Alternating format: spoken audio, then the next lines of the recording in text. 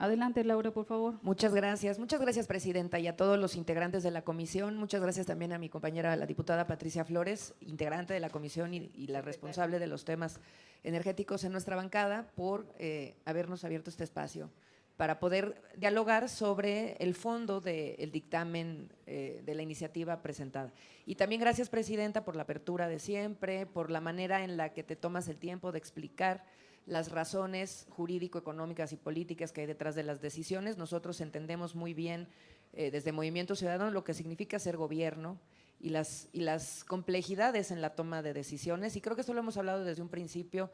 La transición energética pendiente no va a ser ni flor de un día, ni tampoco cuestión de un sexenio. Pero necesitamos emprenderla y ser lo suficientemente ambiciosos, lo más ambiciosos que podamos ser para poder alcanzar las metas. Y sobre todo, el alcance de dichas metas no tiene que ver exclusivamente con números, con datos, para que la tecnocracia reporte a las metas internacionales si lo estamos cumpliendo o no. Tiene que ver con el día a día de las personas y su circunstancia en sus territorios. El cambio climático, esta crisis climática que vivimos, que es resultado del calentamiento global, producto de todo lo que no hemos hecho para descarbonizar nuestro día a día, impacta directamente en la vida de las personas, desde los desplazamientos climáticos por olas de calor extremo o sequías, a sequías extremas como ya se han vivido en estados del norte de nuestro país. Tenemos muchos representantes diputados aquí que no nos dejarán mentir cómo ha azotado la sequía en estados muy específicos como Coahuila, como Nuevo León. Pero no nos vayamos tampoco tan lejos. Aquí en la Ciudad de México, con una crisis hídrica siempre en constante reto para la comunidad. Tenemos también, sin duda, las olas de calor extremo que nos provocan cambios en los cultivos, en la agricultura, en la alimentación de la gente, en su propio sustento económico de cada día a día con sus cultivos, y en donde además cada año es el año más caluroso en la historia de la humanidad, ¿no? Y para nuestro país no es una excepción.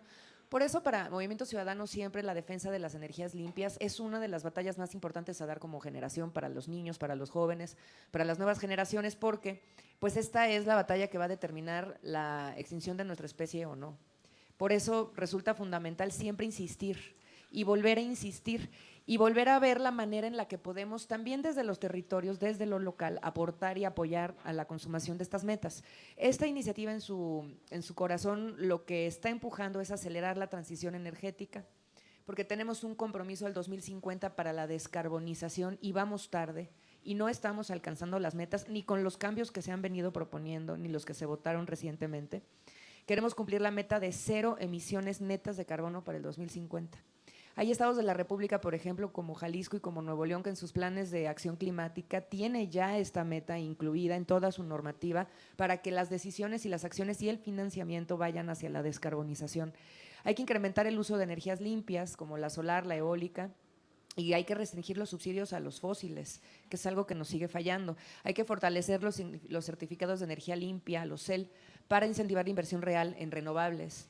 Impulsar a la CFE como actor clave en la transición energética bajo los principios de sostenibilidad y competencia. Nosotros sí creemos que la CFE juega aquí un papel fundamental, más que cualquier otro ente de la administración pública federal, y por eso hay que empoderarle y hay que darle las herramientas. Y si bien ustedes, como mayoría en su momento, plantearon reformas tanto constitucionales como reformas secundarias para fortalecer en su visión, nosotros en algunas cosas no coincidimos, como bien lo saben, a Pemex y a CFE, hubo una discusión que nos invita a reflexionar por qué no es suficiente y por qué necesitamos acompañar con reformas esa decisión. En la madrugada de la votación en la reforma constitucional en esta materia, ustedes saben que el 25 constitucional fue reformado a las 2 de la mañana para quitarle al Estado la responsabilidad para la descarbonización en materia de la transición de energías limpias. Incluso la compañera diputada Olga Sánchez Cordero, minutos antes, horas antes en el Pleno, había subido a defender la reforma, diciendo que el artículo 25 en el dictamen presentado por Morena era justamente lo ideal porque aseguraba que el Estado fuera responsable de la descarbonización y la transición a energías limpias. Y no sucedió. Se hizo esta reforma de último minuto, a todos nos sorprendió, yo estoy segura que también a muchos de ustedes, y se quita ese apartado de la reforma constitucional. Y eso nos deja endebles y débiles ante la transición que tenemos que asegurar, porque si no es el Estado, ¿quién? Si no es el Estado quien se responsabilice de esto, ¿quién? Por eso nosotros en esta propuesta, que está también retomada de lo que hemos hablado en legislaturas pasadas, Jorge Álvarez Maínez ha presentado también en su momento como legislador propuestas muy puntuales para la descarbonización y las energías limpias, para que Pemex, en su caso, tome su rol. Y por eso no es suficiente. Por eso creemos que la regulación aprobada no es suficiente por ese cambio a la Constitución que se hizo de último minuto, más bien al dictamen que pretendía que la Constitución abrazara desde ahí la transición a las energías limpias. No quisiera alargarme, simplemente dar algunos datos de por qué las metas hoy no son lo que quisiéramos, porque los números son claros. La ley de cambio climático es muy clara con las metas establecidas y aunque existe este nuevo marco legal y entendemos de verdad de nuevo la situación financiera y la programación que debe tener para llevarse a cabo, pero las metas no se están cumpliendo. La ley de cambio climático en el artículo 4, que además engloba los tratados internacionales como el Acuerdo de París, nos dice que deberíamos en el 2024 generar al menos 35% de electricidad a partir de energías limpias.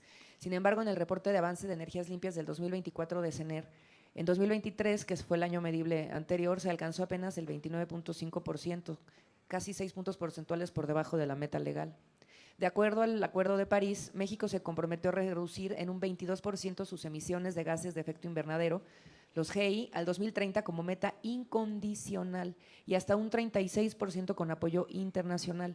Sin embargo, también en el 2023 las emisiones no solamente se redujeron, aumentaron en un 2.1% respecto al 2022, alcanzando 465 millones de toneladas de CO2. Hay compromisos en la COP, por ejemplo, para triplicar la capacidad instalada en energías renovables para 2030, lo cual requeriría un ritmo de crecimiento anual de renovables del 14 al 15%, muy superior al 3% que estamos registrando nada más en el sexenio del 2018, en el periodo de 2018 al 2023 del sexenio anterior. Por las razones anteriormente expuestas, desde la bancada naranja de Movimiento Ciudadano, insistimos en la ambición que debemos tener como Congreso de la Unión, en la responsabilidad que tenemos para las nuevas generaciones de llevar adelante lo que esté en nuestras manos para blindar este futuro, un futuro que hoy no estamos garantizando a las nuevas generaciones en materia de justicia intergeneracional ni justicia climática, de dejar los instrumentos legales como se encuentran. La reforma constitucional, como en un momento Morena la planteó en el 25 constitucional, era lo ideal. Sé que estamos lejos para llegar a esa reforma de nuevo, pero creemos también que en la legislación secundaria con estas reformas propuestas podemos blindar lo que en su momento no se logró. Les cuento. Muchas gracias, presidente. Seré muy breve, dado que ya digamos que lo fuerte de la discusión para la transición a las energías limpias ya lo establecimos. Sin embargo, sí vale la pena hacer un alto específico con lo referente a Pemex. Y esta iniciativa tiene ese objetivo. Es una iniciativa que además retomamos como parte del trabajo de la bancada naranja de Movimiento Ciudadano desde la lucha que se dio la legislatura pasada con Jorge Álvarez Maínez como coordinador parlamentario, precisamente para darle a Pemex estas atribuciones, para ampliar las atribuciones de Pemex para el desarrollo, generación, aprovechamiento y comercialización de energías limpias y renovables, biocombustibles y litio. Facultar a Pemex para implementar campañas de información, educación y concientización sobre los efectos negativos de gases contaminantes en la salud y en el ambiente, porque sabemos del papel estratégico que juega Pemex en esta transición y en esta descarbonización.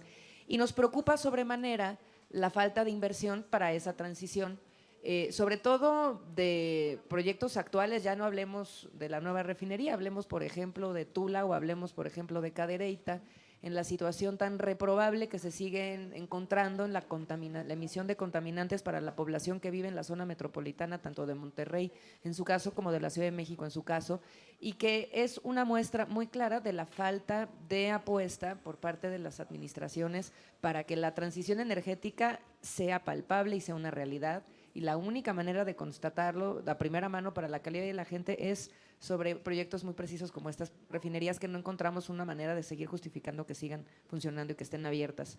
Habría que plantear todo un proceso de transición incluida para la gente trabajadora de ahí, para que evidentemente pueda transicionar hacia empleos dentro de Pemex con energías limpias.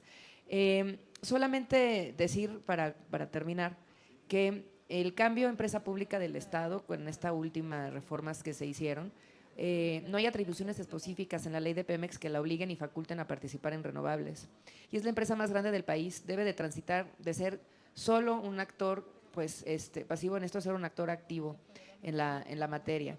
Sin reformar su ley orgánica, sus órganos de gobierno carecen de mandato para invertir en renovables como prioridad estratégica, y el cambio empresa pública del Estado, que se dio hace unos meses, no elimina su obligación constitucional y convencional de operar bajo principios de sostenibilidad ambiental y progresividad climática. Es otra preocupación para el Grupo Parlamentario de Movimiento Ciudadano, y de ahí la propuesta. Es cuanto.